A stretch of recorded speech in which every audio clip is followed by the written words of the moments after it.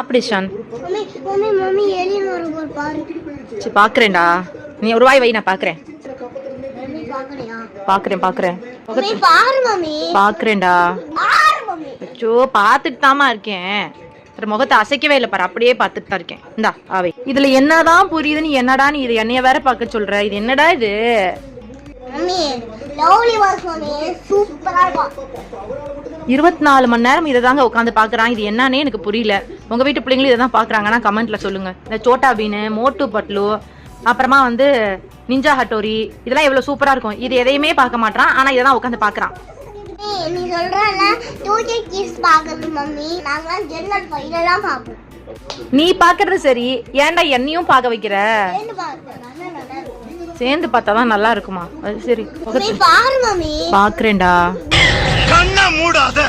இந்த வேலை வெட்டியும் செய்ய விடாம என்னை எப்படி லாக் பண்ணி உட்கார வச்சிருக்கான் பாருங்க. எந்த வீட்லயாவது இந்த அநியாயம் நடக்குமா? நான் பாக்குறேன் பார்த்துட்டே தான் இருக்கேன்.